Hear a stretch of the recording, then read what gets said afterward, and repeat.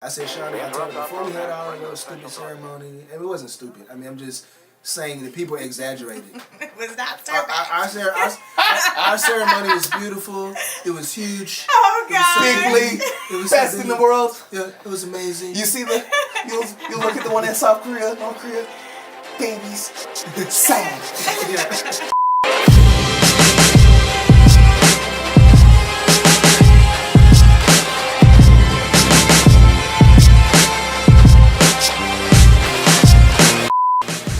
All right, guys. Some extra content. We had some questions. We got some questions. And these are questions that have been sent out by people to my email. I'm not gonna put your email addresses out there, so I'm just gonna use your first name. But you know who you are. You asked the question. So let's go with question number one. You both will answer, I guess, same time. I don't know. Question one: how do you guys handle bills and finances? You go ahead, and Okay. then I'll finish it. All right, so it's just kind of a bit of a longer answer. When we first got married, We're dead. Oh, it did. Oh. We're dead. it's still recording on my end. Yeah. So when we first got married, we made a decision that Shani would pay all the bills because I worked. Shani didn't work the first year we got married. Not that she couldn't have worked. We just decided that we wanted a year to kind of really just get to know each other, and I felt like both of us working would take away from that. Mm-hmm. So our first year of marriage, I made all the money, Shani paid all the bills, and it worked out great. Mm-hmm. Second year of marriage, Shani got a job, so we split the bill responsibility. There were certain bills that were in my name that I was responsible for, and there were certain bills in Shani's name that she was responsible for. And the way we did it, because it was hard at first getting acclimated because we were forget, and then it was like, oh snap, the internet's off. Oh snap, the power went out. Oh, okay. Yeah. So what we did, we got a calendar, we synced our calendar, we put the reminders up, and so our reminder would go off at the same time, and then we'd be like, hey, did you take care of the bill? Yeah. And so what I used to do is I used to pay the bill, take a screenshot, and text it to her so she knew, okay, the bill was paid. There's one less thing that she had to think about, and vice versa. She'll call me and text me, hey, I just paid the bill. If you see it out of the account, this is why. I'm like, okay. Mm-hmm. And then now what we did last year when we moved here, what we did was we went and we opened up a credit card, and we put all the bills on auto pay on the credit card. Mm-hmm. So all the bills come out on auto pay on the credit card. We don't have to think about it. The only bill we pay is for food and gas. That's it. And all the bills come out on auto pay, and then we pay the credit card off at the end of the month. Yep. All right. So, and I guess this question was from Jazz. Mm-hmm. She was basically in the long-winded version. She was talking about how her husband doesn't allow her to not necessarily pay for certain things, mm-hmm. but she can tell it's a burden on him at times. But she also is she can tell that he's struggling because they have one shared account. Mm-hmm. And she sometimes feels guilty because she puts money from a separate account into that account because it's kind of undermining to him in the sense of she'll say, I got, she does I guess from what I said, she does embroideries or something like that. Mm-hmm. So she gets paid per client. So she'll basically say, I got an extra client before the end of the month. And she'll put it in there, rightfully so, but she's really saying that she's getting this money, she's making this money and she has a separate account, but she's also putting it in there. So she's wondering is there a issue with the shared accounts? Well, does he have access to that account? He doesn't have access to her personal account, but they have a joint account where they both put a certain amount of money every month, and that's where she's coming with that dilemma where she's Well, so growing up, the number one thing my parents argued about was money. Mm-hmm. And, Eric said he saw the same thing. And one of the things that he and I even started before we even got married. Now, this is not for everyone. This is just what worked for us. What we did was we sat down, decided. It took me longer to say yes. I will say that because I was very independent, mm-hmm. hear me war kind of woman. But what we did was we have a shared account together, And then I think you have. Do you have one? I do not. No, you don't. I don't think anymore. No, not anymore. But I have a part-time business that I do, and so that money goes into that account, but my husband has access to that. And what was happening, what I saw growing up was my mom had an account, my dad had an account. They didn't have access to it, but they had a shared account. But they both wouldn't put all their money in it. So they would wonder, okay, well, why aren't you putting in it? And before marriage, we just wanted to avoid that altogether because there's two reasons why people get divorced is money and communication. Those are the two main things. And we said, we're just going to nip that in the bud before we even get started. And I still have a separate account, but he has access. He knows what's in it, what goes in, what goes out, and all that stuff. Because we just built a relationship on trust. So Jazz, for you, the answer is pretty simple. You got to be more open, apparently. This is what I'm getting from it. Communication and money, especially when you're talking about being vulnerable. This comes down to being vulnerable. And I would say beyond that, it's empowering her husband to know that it's okay. And the point of having a wife is to have somebody that's running a race with you. You don't have to shoulder the load by yourself. And it doesn't make you less of a man for you to receive help. And here's the issue. Shani and I talked about it earlier. I was like, the issue why people have problems in marriage is because they don't see it how the state sees it. But we had a ceremony, it was great, but not to diminish that, but I'm saying it's not the ultimate part. Before we got married, 2 weeks before we got married, we had to go down to the courthouse. We had to fill out a piece of paper. We had to put all of our information, all of our last known previous addresses, aliases, and all that stuff on a piece of paper, and the state read us a little thing, and they joined us together legally. Mm-hmm. And I told her, just like two companies in the early 2000s, AOL and Time Warner. Both were great companies. Both were doing well. But they looked at the situation, hey, if we join our assets, we can take more of the market share. Mm-hmm. And if people saw that, wait a minute, we're joining ourselves together. We're one entity now, and we have to move as one entity. And I said, what if AOL Time Warner had a CEO and a COO that were not communicating and going off, and one was transacting business over here and the other's transacting business. And I said, what if the business that they wrote was with a company that was doing committing fraud or had bad books? Now AOL Time Warner is liable for that. Mm-hmm. You have to talk and get on the same page and move together as a unit. It doesn't diminish the role of the CEO, and it doesn't diminish the role of the COO. And that's how I look at me and Shani. Yeah. I'm the CEO, but Shani is the COO.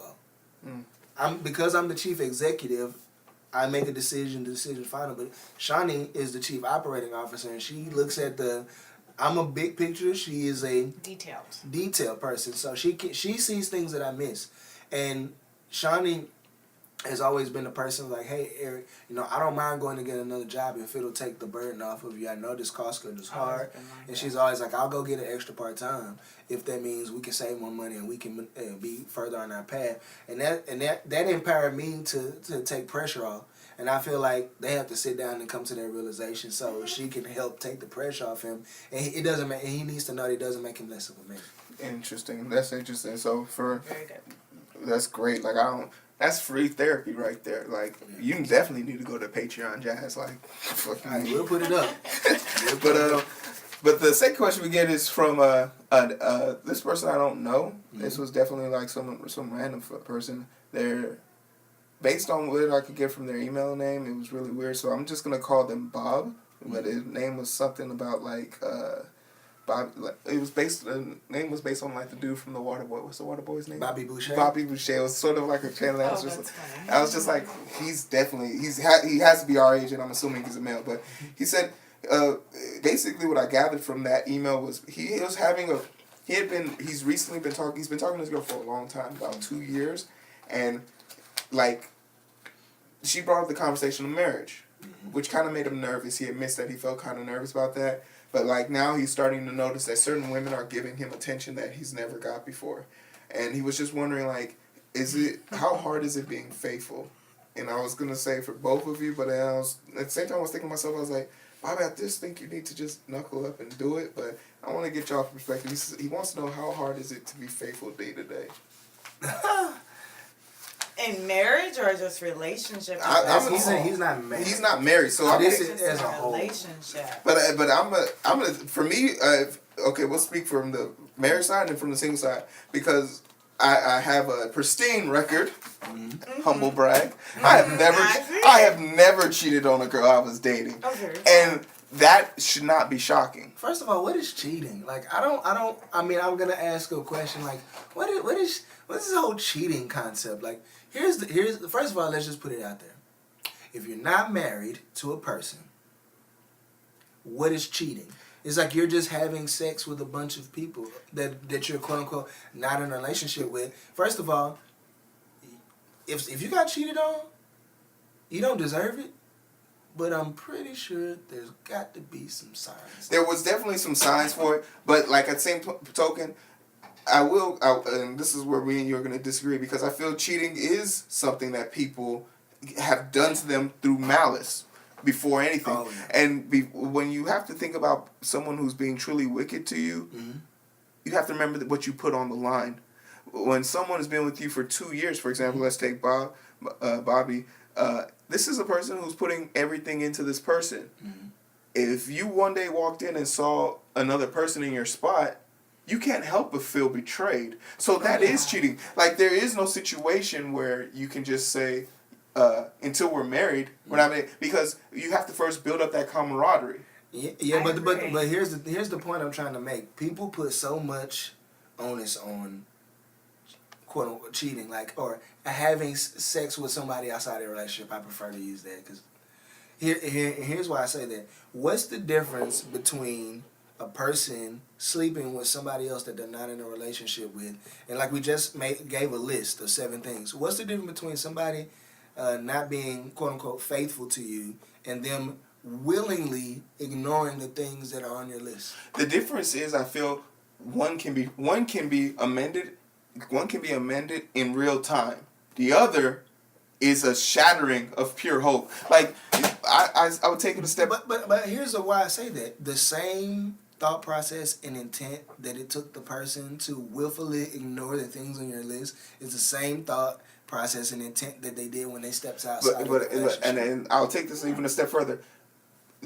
Murder and petty theft, you shouldn't go to jail for 50 years for both of them. Here's the thing. They're both equal crimes. I mean, they're both criminal offenses, exactly. But you should not be punished equally for them. So I use that parallel because if you're married to someone, you've made a commitment. But if you're in a relationship with someone, you've made a minor commitment, but it's just not seen on a max level. That's still a commitment, though. It is a commitment to a certain degree. But I would say if a person would willfully ignore something that they know you wouldn't be okay with, how much do they really care about you? And that's a valid point. And I kind of want to say that's why it's a relationship, because you're still trying to learn how to relate with each other. Yeah. You're still building that camaraderie. And for Bobby, I feel like the situation really he's gonna have to answer is like, being faithful shouldn't be hard. And I'll put it this way, and again it goes back to the previous question.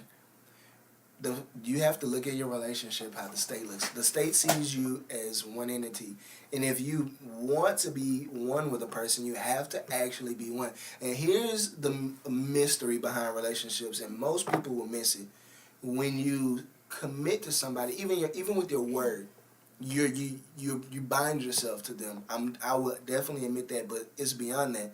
If you can learn that whatever I do, no matter what it is, directly affects the person that I'm in a relationship with, it also affects me because we're supposed to be one person. So here's the thing. What if I stabbed myself? Yes, I'm doing it to my physical person, but what does that do internally to my wife? What gamut of emotions would she run through? Why would he hurt himself? Why do I have to see that? Why didn't he tell me what was going on? Now I've subjected the other person to that. You have to understand that we're together, and whatever negative thoughts, emotions, actions that you have directly or indirectly affect the other person. So cheating, how hard is it to stay faithful? If you truly see yourself as one person, if you going and stepping outside is hurting you because she's hurt. I can't say anything else. Yeah, win-win situation. It's true. So basically, we're saying, Bobby, stop being a douchebag. Just be good to her and give her the damn ring. Shit. God damn it, Yeah, Bobby. 2 years? 2 years is a long time. Bro, I would have That's left a long your time. ass. Yeah. We don't want to dissuade you, Bobby. We do believe that you should, we don't want to rush you. But if she's everything that you envision to have as a potential partner, then what's wrong with taking that next step and giving her a physical sign of something that you already internalized? Let's take it even a step further. Bobby, how many times have you emailed into a random ass show that you saw on iTunes and decided to ask a question about your relationship? If you can think of any girl you ever done that with, don't marry her. But if she's the only one, you got yourself a winner. Bang. That's good. All right. Question number 3. This came from another dude. There was a lot of dudes watch us. Joel. It's good, though. It is good. He's explaining to me basically from what I got. He's been in a relationship with his wife for 5 years. Okay, right around there with us. He's saying to himself that they have 2 kids. Okay. And the work schedules make it impossible for them to be at home at the same time. Okay. But basically, between the kids, and I didn't get an idea of how old the kids were, but I'm assuming that they're too young to be left alone. Mm-hmm. So between the kids, so whenever they are home, they have someone they have to take care of. Mm-hmm. But between the kids and between them just being off schedule, they're having a hard time. He's having a hard time being intimate with his wife, and he says like he has to really get himself into gear to like do that, and more so because he's tired. Not so much that he's not interested. He said he explains to me, oh, I love her, and I don't doubt that. But Yeah, he's saying he's he's just like, if he had the choice of cuddling up and being a little romantic versus sleeping, so he's ready for the next day, he'd rather sleep. So like, he didn't really ask the question, but he was just explaining it. But what I feel like the question one is things you guys do to stay in love or stay like feel like that bond is still there. I want Shani to tell the story. She told me this when we first got together. The story about her mom. Like her mom's not alive anymore, but the things she tells me about her mom are just. I mean, I'm talking about decades ahead of where ladies are right now when it comes to how they view their partner. So talk about how your mom when she cooked food for you guys. I mean, you already talked about like how she is when he first gets home, but talk about how she cooked. Yeah, like that. Talk about how her view of you guys. Like where were the kids in the pecking order? That's really good. It's so funny because I was going to use my mom as an example. I will say she was, God rest her soul, one of the best examples of a wife and a mom. So one of the things is, now both of them are out working, so I have to give credit to the woman too. My mom was a stay-at-home mom, even though it's just as hard as going out there, trust me. But when my dad would come home, my mom would actually say, okay, guys, and she would be cooking. We'd smell the food. We'd come in from the house, from outside playing, and we would rush to the food, and she would say, no, your dad eats first. And we were like, well, we're the kids. We're all under 18, and we're not starving, but we're hungry. And she said, no, your dad eats first, because he was here before you all got here. And we never really understood it until I got older, until I got into a relationship with my husband. And I have a really great lady that has been married for almost 30 years, and she told me, she said, you have to realize that before your kids came, in order for them to come, you guys had to be together. You had to have that intimate bond. So... And you have to remember, sometimes it's longer than 18 years, but once your kids leave the house, it's just you two. And what happens is, and this is how divorces can happen after 18, 20 years, because after the kids leave the house, you're so focused on the kids. After the kids leave, then you don't even know each other. And my parents, one thing they did and I think that's why they had 7 kids, they did so well was they were always intimate with each other, and not just sex-wise, but just always knowing each other and taking care of each other. So my dad took care of my mom on the emotional side, and my mom took care of my dad physical and all the other stuff that he needed. So she always viewed it as it's God first, my husband, then my kids. And she never switched the order. Never. We were never over him. Yep. All right. That's great. So basically, Joe, what I gathered from that is, hey, I mean, obviously you're going to have, like, issues and stuff like that, but, like, that a sign of your affection is effort. Yes. Yeah. You have to, even in your deepest, darkest moments, effort. Even if you're not 110% when you're giving it to her, the fact that you even attempted is going to make a difference. And you'll learn, you'll grow. Get in the gym. Like, I'll say this, testosterone is something that we're missing in the male community. Come on now. You need to be able to use it. If you don't use it in your body, you'll lose it. Period. Your hair is falling out, you feel tired, you need 2 cups of coffee to get over the hump. It's because your body is missing out on key nutrients that you're no longer providing for it. So look at your diet, look at your exercise, look at your work ethic. If you're stressing to the extent that you're losing hair, you got to ask yourself about some real life. If your job doesn't require you to defuse a bomb or take a heart out, because I think the average human being could take out a kidney if they had it dissected through already. Yeah.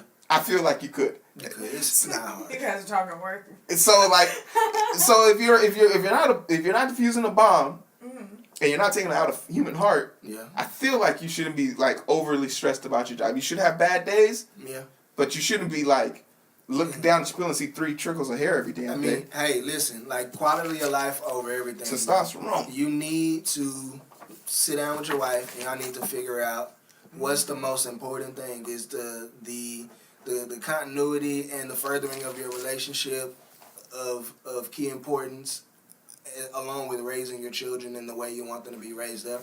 If that means somebody makes a sacrifice, somebody changes jobs, even if that means a slight pay cut, if it drastically improves the quality of life, then it was worth the money that you lost. Cool. And the other thing I wanted to say about that too is, my gosh, you said it. Get those happy endorphins. Like, do a 5-minute, like maybe some push-ups, or doing important.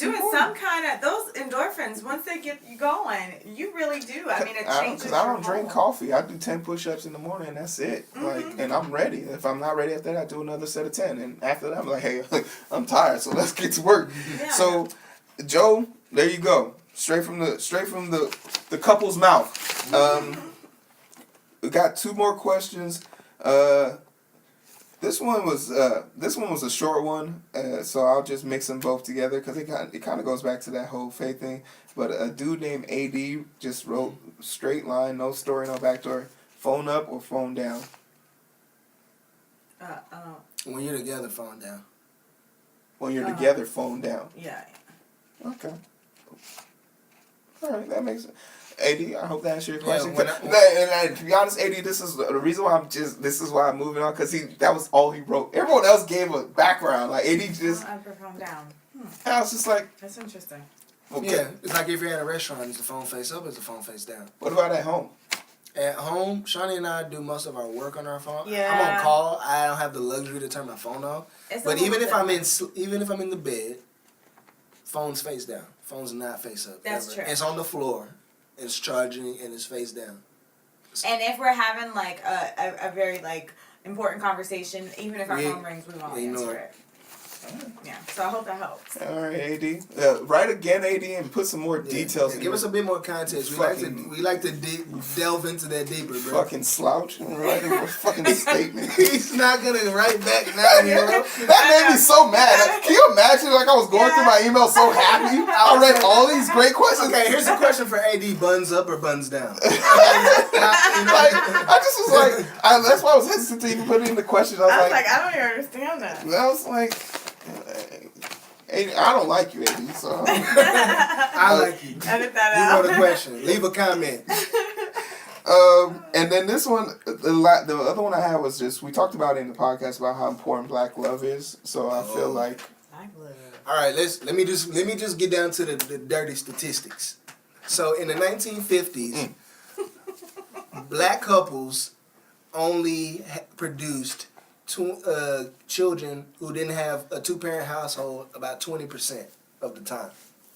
Fast forward to our time, it's almost 80% of kids conceived to black people are raised in a single-parent household. Why is it important for black people not only to get educated, get motivated, be career-driven, and procreate with other black people, if we're just going to be specific, is because we're dying off as a group of people.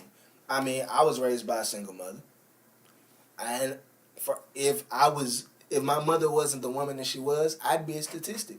I got friends that I went to elementary school, high school with. 79th and King Drive, Chicago, Illinois. I mean, hey. Toe tackle.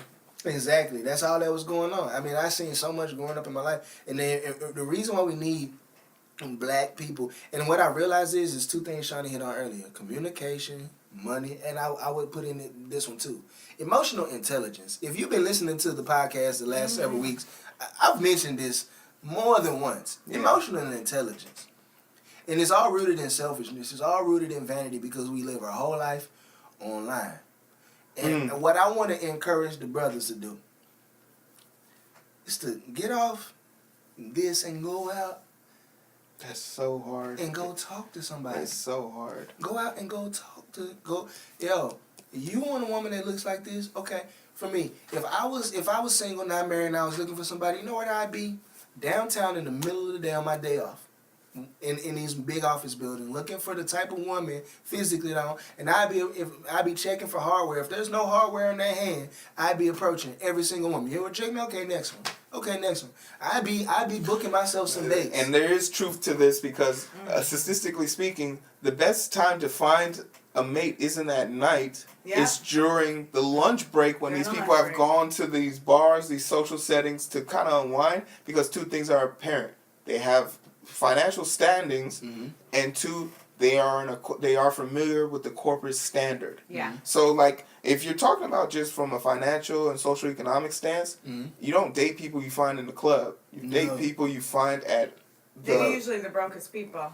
Man, that's why I stopped. No, that's real. It's real. Like because before you even get through the door, you got to spend $60, $20 to park, $20 to get in, and if you brought, and it's a $20 first drink special, like to open up a tab. You have to have a $20 minimum. Yeah, and that's work, and that doesn't work well for guys going to look for a mate. You know why? Because women don't have to pay for anything. They don't have to pay to park. They don't have to pay to get in, and they can just rub up against you and you'll buy them. And it's dark, and you don't even know what they really look like. Yeah, the DJ don't turn on the lights at 5 no more. He just kick people out, and that's messed up. Yeah. So, and this question was from Melanie. It's probably Melina. I don't know, but I'm a little dyslexic. I'm not, but probably, who knows? Who cares? I do. I'm not. Okay. And she was just basically how important is black love, because I'm assuming, based on the story that she gave me, her son, I'm assuming that she is Hispanic and her husband is black. Okay. And she feels like a negative curtail coming from like his family, saying in the sense that the child isn't fully black, I'll use this as an example. I knew a great guy, very stand-up type dude, but he was very honest about how he felt about genetic lines, and just like me, he said basically, he would never want people outside of his race, his children to date or marry or have children outside his race. And he's white, but I mean, he's having this conversation, a candid conversation with me, and he told me this, and I was kind of looking at him because he was also someone I looked to for information, and I guess like the most humbling part of that conversation was 2 years later, his daughter does end up having a child by a black male, and he has a grandson, and I'm thinking to myself like, wow, like how's he going to handle this? Because I saw the footage of when he was at the tears in his eyes. This man was crying, cradling this child, and fast forward 3 years now, his dad is always working, so grandpa takes him out to the baseball games. Yeah, got the signs, got the foam fingers, got shirt with his picture on it. It's like. And I called him out. I was like, remember he said, you know what, Heero, I hope to God that you never bring it up again. And I was like, why? He said, because because I look back on it and I'm ashamed. I'm truly ashamed of myself to think that the color of my child should matter to me. And it kind of set me back, because this is something, once again, I have tremendous respect for this person, but he then looked me in the eye and said, "Hey, Heero, your purpose, whatever it may be, and wherever you find like the significant other, don't get lost too much in that trail of communication." That was the day I kind of decided, whoever is fortunate enough to put up with my bullshit, Yeah. congratulations, you got me, like, you win. So whatever nationality, creed, era, or whatever, because I'm Muslim, Christian, I don't care who you really, because Eric tell you, he's definitely into his religion. I kind of think it's all kind of hocus pocus, and that's how I feel. And if I do want to have a candid conversation with God, it's not going to be on some get on your knees. I'm going to be like, "Hey, dude, you've really been putting a lot of stress on me lately. I need you to back the hell off." And this is just my way of talking to God. But the awesome thing about that too is you respect each other's differences. I think a lot of young people now, they can't even talk to somebody who doesn't. Me and Eric rarely agree on anything on our podcast, and it's like, it's just that's such a great point, because people will fight to be right. Mm-hmm. Me and Eric are just like, "Hey, bro."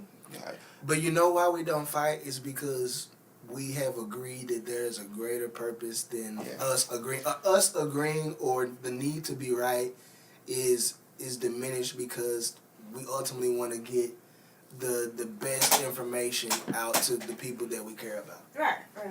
Definitely. And I mean, that was from Melania. I don't know. Melania, if you're in trouble, call us. CIA will get you out. You don't have to stay there. But you fly though. You always have clothes on point. I can't speak much for politics. But I've seen you naked. You ain't that great. I haven't. But her outfits be on point. So you ain't gonna hide from me. Yeah, she was what we thought she was. The last question. This is from me. Okay. And I am a person of always pushing the limit, and so this is gonna be a question for both of you. Okay. Here's the scenario: you each come home after work. Mm-hmm. You were both instructed by your significant other that I'll be gone throughout the majority of the day. I have a late appointment. Puts it at 12 hours. You text twice within a day. First time he responds immediately. Second time takes him 2 hours to respond. He or she takes him 2 hours to respond. They then come home. Normal routine. They eat, sleep, guys talk. Nothing out of the ordinary. You do both notice that the other person seems oddly distracted. Normal is distracted either in deep thought, but not out of duress or stress. Mm-hmm. 10 a.m. the next morning, you receive a knock at your door, and it is the police. They are then asking you to confirm if the significant other is in the house, that it has been reported that significant other has committed murder. What is your immediate response? Yeah, I went there. It's funny because we've had this conversation. We have had this This is weird. We've had this conversation. Mm-hmm. So what did I tell you? This is the thing. I want to hear. I want to hear one and then hear the second. Okay. I don't want any of that. So I know my husband well enough to know he probably could do something like that. I mean, he probably could, but if he ever did that, he would never ever tell me. He would never tell me, and the reason being. I'm going to say this first. The reason being is because I'm a horrible liar. So I couldn't even go to court. Mm-hmm. I'm just genuinely bad at that. I just... Plausible deniability. Yeah. And so my eyes will start twitching. I just don't lie well. And I'm just like, cut straight to the point. This is what happened. So if the police did say that, I would probably believe it. But then also at the other side of things... I know my husband well enough to know that he would tell me everything too.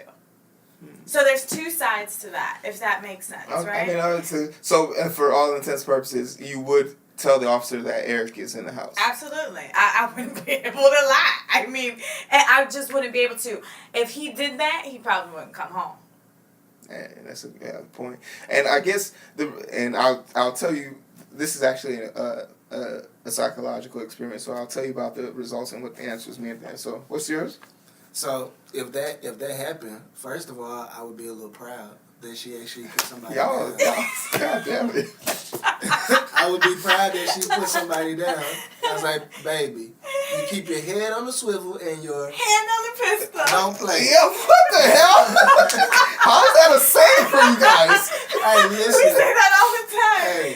Hey, there's a lot of dirtbags out here. Yeah. Somebody ran up on my wife when she first got here, and after that, I was like, not again. Uh-huh. Like, tried to pry her window down. I was like, after that, no, it's a problem. Like, so I mean, I actually expect that if she needed to, or if there was a position like she felt, okay, this person has to go, I would be internally proud. I would never outright say that. I would be, I'm shocked, but I would, if the police knocked on the door and said that, I'd be like, yeah, because I already know. First phone call goes to the attorney. Second phone call goes to Heero. Valid. And number 3, if my wife did do that, I would actually expect her to tell me because she knows I know how to make it go away. Yeah, Okay. and I would tell him. Yeah, I'm Tyler, but this was called the I forgot the name of it. I didn't write it down, but basically the juxtaposition of the whole experiment was basically it was a psychological evaluation of partner to state to yourself a better understanding of the partner, because you have to remember there's 2 things that are going on innately. What do you remember about the day that made things seem strange? And to both of you, it seems 2 things are very clear. It's a question of trust. So whether or not the officers coming to the door asking for your significant other is irrelevant. It's your understanding of information given to you. And you both answered tremendously well, which is with the notion of being either not surprised or innately proud of the decisions that they made. But it also speaks to the negative aspect of this positive flame is basically stating that I never mentioned in the beginning that they mentioned this to you. So the fact that you both interjected and said that I would eventually tell them, and Eric's reason for telling you, Shani, is because he knows that he doesn't want you to be part of the court case where you can be liable. Right. And then vice versa. So which stems from the alpha male acceptance for leadership, understand and go, and then your immediate response to that was his ability to not come home. You know innately if something's wrong, Eric will keep you in the dark about it because he's more interested in protecting you and he's more capable of making it go away on his own. So, and the contingency plans both also scaled out. So you guys got a 4 for 4, which is kind of disappointing because I wanted to only because we've talked about that. I wanted to throw a wrench in this. That's a see, but for all the people who getting the extra content, it lets you know how deep we get into this conversation. We really do. We talk about everything. I'm always the person that's like, hey, Shani, if I ever murder somebody, I would never tell you I would get rid of them. Even we've even talked about Heero, right? This whole a lot of sexual harassment stuff going on. If a woman ever came to me and said, your husband sexually harassed me, I would say, girl, no he didn't. and I would say it just like that. Just like that. Because I know my husband. And I mean, and I'll take this back to just being when I was in grade school. I remember there's just a certain level of understanding about guilt and stuff like that. But it's important for you to understand when to defend yourself. Yeah. Because sometimes defending yourself just makes you look guilty. Yeah. But if someone came up to this situation about Eric and somebody says he sexually harassed me, and Eric's standing right there, Eric's silence doesn't make him complicit in the action. It's also just a rare occurrence. It's like, really, go on, tell me more. I'm thoroughly interested about how this went down because I wasn't there. But it's important with this last question was all about trust and gauging your partner, and like I said, they scored a 4 out of 4. So you guys passed, but only because we actually have talked about that. We'll wrap this up. Eric, where can we find us? At The Identity Booth on Instagram and on Facebook at The Identity Booth. And if you guys want to yell at me or you guys want your questions to be answered in the next video, we'll be talking about, we'll be back to the regular scheduled program. We're going to probably have 2 more guests. Yeah. That's our goal. But we'll be back to regular scheduled program next week. If you guys want to yell at me or write in a letter, you can find me at project_ATO@yahoo.com. But we would prefer that you did it on the Instagram or Facebook. Yeah, do it on the Facebook group so that way we can get that engagement up, guys. Yeah, we getting some decent numbers in, but let's get that engagement up. But like I said, if it's something personal where you want to, I'll give you that outlet. And if you're listening to this on iTunes, you can email me at that email account on the iTunes account, which is project.eto1@gmail.com. Also, don't hesitate to hit us up on Project ETO page, which is on Facebook, Project_ETO for Twitter and Instagram. Yeah. Shani, where can somebody go to work out? You can, you know what? I take actually private clients, and you can actually come to my gym that's in our apartment complex. So you can actually DM me on Instagram, ShaniThomas_health. All right. So we taught y'all how to get away with murder, how to get in shape, and 5 questions to people who've been in love way longer than I have. So hope you guys enjoyed this. Appreciate you guys sticking out with us. We really enjoy it. Numbers are growing still. We really appreciate it. And now maybe one day I won't have to steal all these songs for us to play. I don't care. But this has been the Identity Booth. Appreciate you guys coming through. And that's a wrap. See you guys later. I don't know. Right?